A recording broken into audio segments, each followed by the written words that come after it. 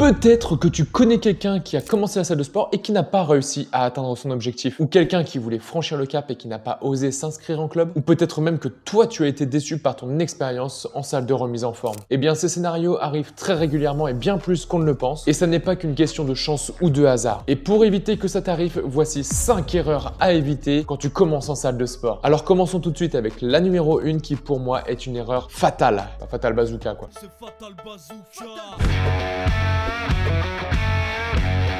Ça, je le mets en premier parce que c'est vraiment la base de tout. Si tu viens en mode touriste, franchement, je te donne pas un mois avant que tu ne mettes plus jamais un pied en salle de sport. Et à la limite, la prochaine fois que tu viendras, ce sera simplement pour arrêter ton abonnement. Et encore, je pense que tu auras tellement honte de ne pas y avoir été que tu feras la démarche à distance. Il est donc très important, et comme dans tous les projets, de savoir pourquoi on se lance dans cette aventure et surtout qu'est-ce qui nous motive. Et qu'une fois que la décision elle est prise, de l'assumer et de faire tout ce qu'il faut et d'aller au bout, quoi qu'il arrive. J'ai déjà fait une vidéo sur comment devenir autonome en musculation et je parle dedans de comment définir son objectif. Mais en réalité, ça fonctionne sur n'importe quelle activité que tu pratiques dans la salle de sport, que ce soit de la musculation, des cours collectifs, de l'haltéro, etc. En gros, c'est comme élaborer une stratégie pour être assidu et efficace sur le moyen long terme. En vrai, le fait d'avoir ce but, ce gold, ce sera toujours une source d'énergie dans les moments de baisse de motivation. Et surtout, si tu as du mal à définir un objectif, ce qui est probable, n'hésite pas à demander à un coach qui est là pour ça et qui saura, lui, t'emmener vers un objectif qui te correspond et qui répond à tes attentes. Et en réalité, je pense même pas qu'il y ait de mauvaises raisons ou de mauvais objectifs pour commencer la musculation. Bon, quand bien même ce serait pour devenir monstrueux et casser des gueules, en réalité, la progression du corps passe par la discipline et par le respect de son intégrité physique. Et où du coup, on finit tous par embrasser une cause louable à mon sens. Parce que je sais que certaines personnes vont se reconnaître dans ce que je vais dire. Il est vrai que pour beaucoup d'entre nous, on a commencé à fréquenter les salles de sport suite à une rupture et qu'on sait que ça peut créer des monstres, mais une fois encore, l'expérience et la sagesse viennent avec le temps.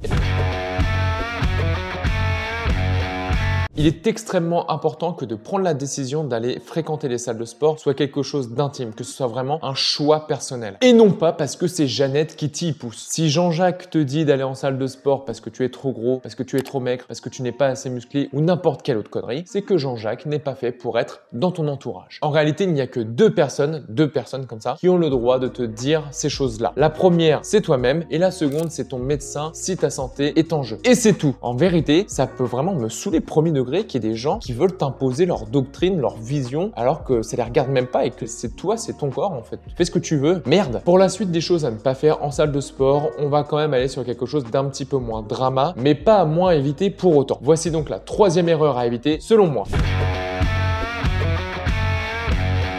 Oh là là, alors faut absolument que j'en parle, je sais même pas par quoi commencer tellement je trouve ça aberrant. Aberrant frérot. Les mecs stock, les fit girls, vos coachs, les personnes qui vous inspirent sont des gens qui pratiquent depuis des années. Ce sont des gens qui s'imposent un rythme de vie particulier et qui font passer le sport en priorité dans leur vie. Tu vas voir pourquoi je dis ça. Il y a donc ces catégories de gens-là et il y a les gens qui arrivent, qui débutent, qui pensent qu'en 2 mois de temps, ils peuvent avoir un corps de rêve à soulever 3 kilos en prenant des brûleurs de graisse et en se bourrant de protéines. Et bah c'est non. Eh bien désolé de briser les rêves de plein de personnes, mais c'est utopique, c'est faux, c'est non. Franchement, je manque de mots tellement je trouve ça stupide. Ouais, ça va finir en vidéo coup de gueule tout ça.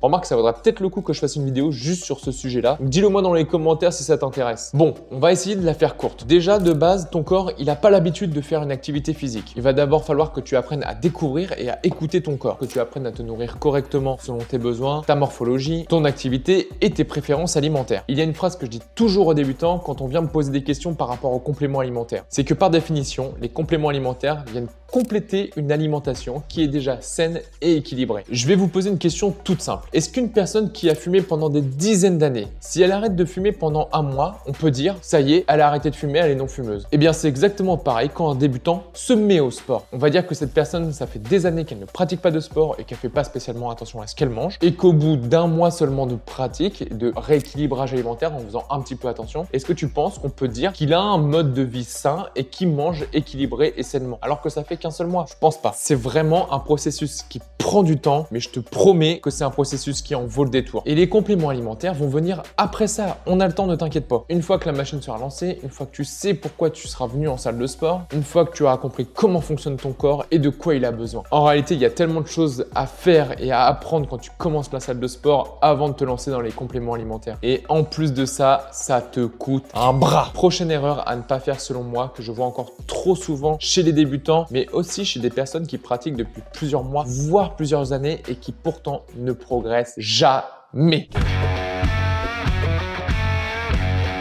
En réalité, ça, c'est un vrai fléau. Beaucoup de personnes sont de très bonne volonté en s'inscrivant en salle de sport, mais ne prennent pas vraiment ça comme un sport, mais plutôt comme une activité loisir, tu vois ce que je veux dire? Et en le prenant de cette façon, eh bien souvent, ça n'a pas l'effet escompté. Je vais te prendre un exemple très parlant. Quand tu vas à la piscine, il n'y a que deux choix possibles. Soit tu fais partie du club de natation et dans ce cas-là, tu t'entraînes, il y a des programmations, etc. Soit tu es quelqu'un de lambda, un peu comme moi, et qui va une fois par mois, voire une fois par semaine, fut à une époque, mais juste pour le plaisir de nager et d'être dans l'eau. Le problème en salle de sport, c'est que quand on s'y inscrit, c'est dans l'attente, dans l'espoir d'avoir des résultats précis. Et bien évidemment, si tu commences à fréquenter la salle de sport autant de fois que tu fréquentes la piscine, ça va commencer à être compliqué d'avoir des résultats. On ne peut pas vouloir apprendre à nager, progresser en apnée, travailler sa technique ou n'importe quel autre objectif aquatique en allant à la piscine que de temps en temps. Et bien c'est vraiment pareil à la salle de sport et ça peut engendrer pas mal de problématiques d'y aller aléatoirement. Notamment baisse de motivation, lassitude, ennui et pire que tout, l'abandon. La coupe est pleine,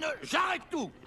Voici donc la dernière erreur principale à éviter selon moi. Avant de te donner la cinquième et dernière erreur, mets un petit pouce bleu si la vidéo te plaît et n'hésite pas à t'abonner. On continue tout de suite, c'est parti.